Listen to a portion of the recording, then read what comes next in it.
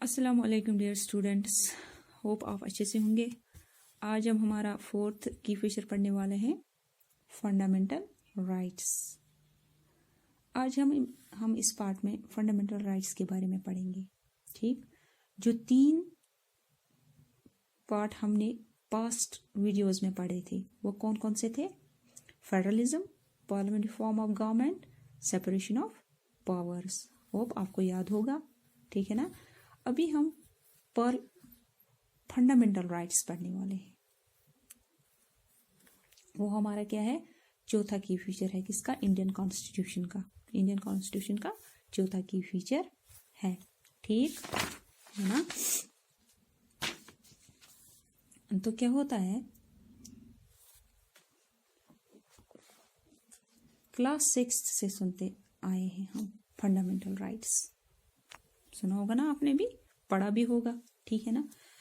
Fundamental rights जो बहुत basic rights होते हैं ह्यूमन के, जो ह्यूमन बीइंग्स को जीने के लिए सबसे ज़्यादा ज़रूरी होते हैं, वो होते हैं आपके फंडामेंटल राइट्स। ठीक, अब इन फंडामेंटल राइट्स को हमारे कॉन्स्टिट्यूशन में क्यों डाला गया है?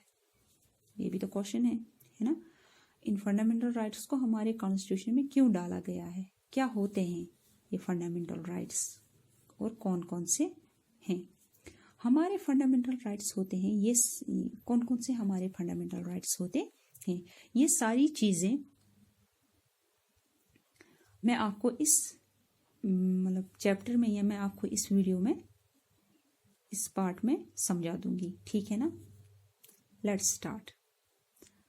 Fundamental rights are referred as the conscience of the Indian Constitution.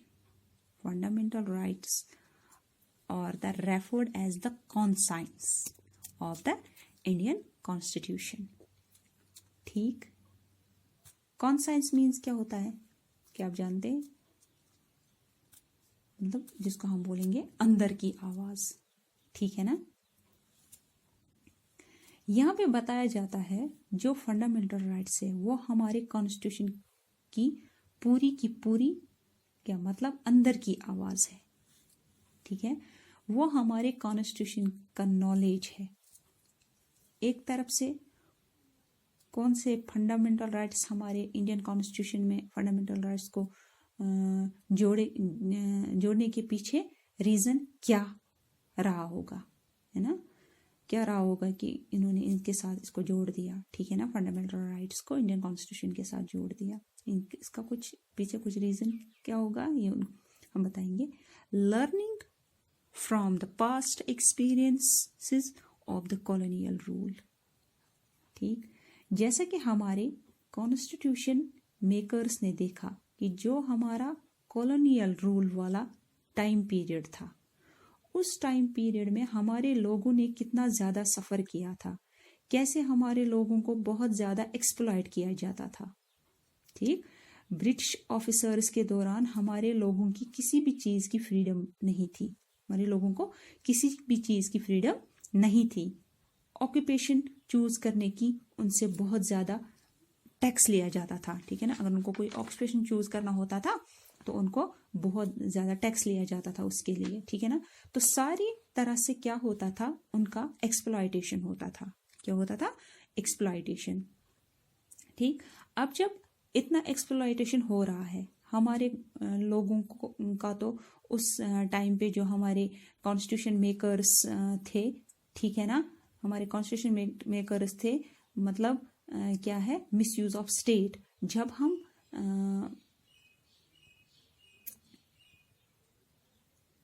हम कौन साइज थे जब हमारे ऊपर ब्रिटिश रूल कर रहे थे, उस टाइम पे उनका रूल था, मतलब गवर्नमेंट ब्रिटिशर्स की, ठीक है ना, ब्रिटिश गवर्नमेंट की का रूल था।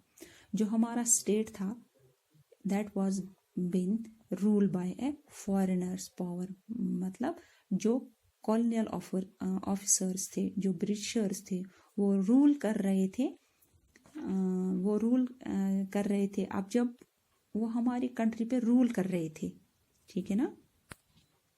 तो हमने ये एक्सपीरियंस गेन किया। जो स्टेट होता है तो स्टेट भी अपनी पावर का मिसयूज कर सकता है। देखो, कंफ्यूज नहीं होना, स्टेट हम कंट्री के लिए यूज करते हैं। तो उन्होंने बोला कंट्री के जो रूलर्स होते हैं, या फिर हम कह सकते हैं जिनके पास अथॉरिटी होती है, वो लोग अपनी पावर का मिसयूज करते हैं। ये हमने कब सीखा? जब हमारे साथ ये कॉलोनियल रूल हुआ था, ठीक है ना। ये हमने तब सीखा जब हमारे पास जब हम कॉलोनियल रूल में थे, ठीक है ना। तब हमने सोचा क्या होना चाहिए, है? तब हमने सोचा क्या होना चाहिए, ठीक। कॉन्स्टिट्यूशन मेकर्स, हमने क्या सोचा? Set of written rights. क्या सोचा? सेट ऑफ रिटन राइट्स होना चाहिए। कुछ रूल्स एंड रेगुलेशंस होने चाहिए। रूल्स एंड रेगुलेशंस आपको किस लिए होने चाहिए? ताकि अगर आपके अगेंस्ट में गवर्नमेंट भी चली जाए, पूरी कंट्री आपके अगेंस्ट चली जाए, ठीक, आपको तब भी प्रोटेक्शन दिया जा सके, ठीक है ना। तो इसलिए हमारे कॉन्स्टिट्यूशन में कुछ फंडामेंटल राइट्स डाले, जो क्या बताते हैं कि अगर कोई भी हमारे अगेंस्ट जाता है, चाहे गवर्नमेंट हो या गवर्नमेंट का कोई भी हिस्सा हो या पूरी की पूरी कंट्री क्यों ना हो, अपने पावर का मिसयूज करने की कोशिश करे, तो वहां पे हमें फंडामेंटल राइट्स बचाएंगे, ठीक। Therefore, fundamental rights protect citizens against the arbitrary and absolute exercise of power by state as well as their individuals, ठीक है ना। आर्बिट्ररी मतलब क्या है?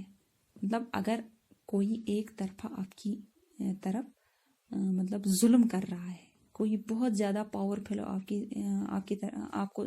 आपकी तरफ जुल्म कर रहा है, मतलब आप अगर कंट्री की कोई भी इंस्टीट्यूशन या फिर कोई भी इंडिविजुअल कर रहा है या कोई भी कर रहा हो, तो उसके अगेंस्ट में प्रोटेक्शन कहाँ से मिलेगी? आपको फंडामेंटल राइट्स से।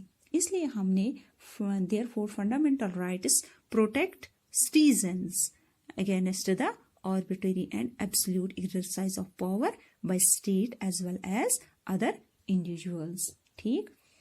अदर इंडिविजुअल मतलब कोई भी नेबर आपके साथ जुल्म कर रहा हो, तब भी आपको प्रोटेक्शन मिलेगा कहाँ पे?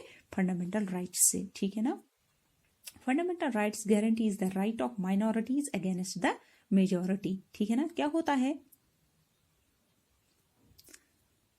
माइनॉरिटीज अगेंस्ट द मेजोरिटी क्या होता है? हर कंट्री में कोई मेजोरिटी होती है, माइनॉरिटी भी होती है।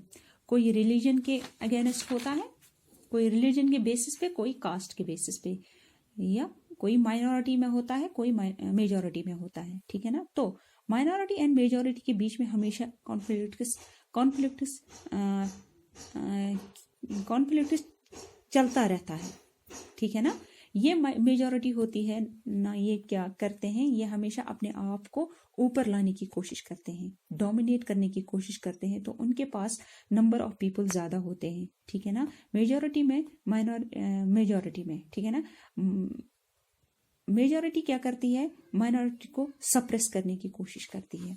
तो इस केस में हमें क्या चाहिए होता है कि कुछ ऐसा हो मेजोरिटी के ऊपर लगाम खींची रहे, लगाम बनी रही, मेजोरिटी को रोक कर रखें। तो मेजोरिटी को रोक कर रखने का काम कौन करता है? Fundamental rights. कौन करता है?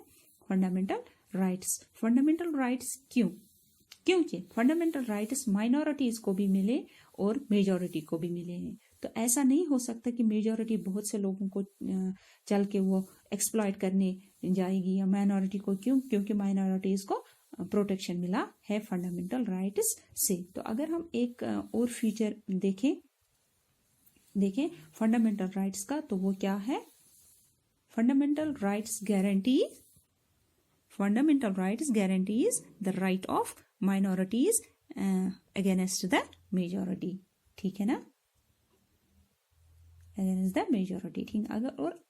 अब अगर हम बात करें कौन कौन से राइट्स हैं, तो जो आपके मतलब बुक में है, ठीक है ना, मैं आपको ये दिखाती हूँ। आपके बुक में एक ब्लू बॉक्स है, वहाँ पे आपको ये राइट्स दिए गए हैं, ये देखो, है ना। Right to equality, right to freedom, right against exploitation, right to freedom of religion, culture and educational rights, right to constitutional remedies, ठीक है ना। ये सब आपके फंडामेंटल राइट्स हैं। क्या है? ये सब आपके फंडामेंटल राइट्स हैं, ठीक है ना। आपको ये सारे फंडामेंटल 6 फंडामेंटल राइट्स दे चुके हैं, ठीक है ना। अब हम इन सारे फंडामेंटल राइट्स को समझेंगे एक एक करके, ठीक है ना। चलो हम नेक्स्ट चैप्टर में या नेक्स्ट वीडियो में डिस्कस करेंगे।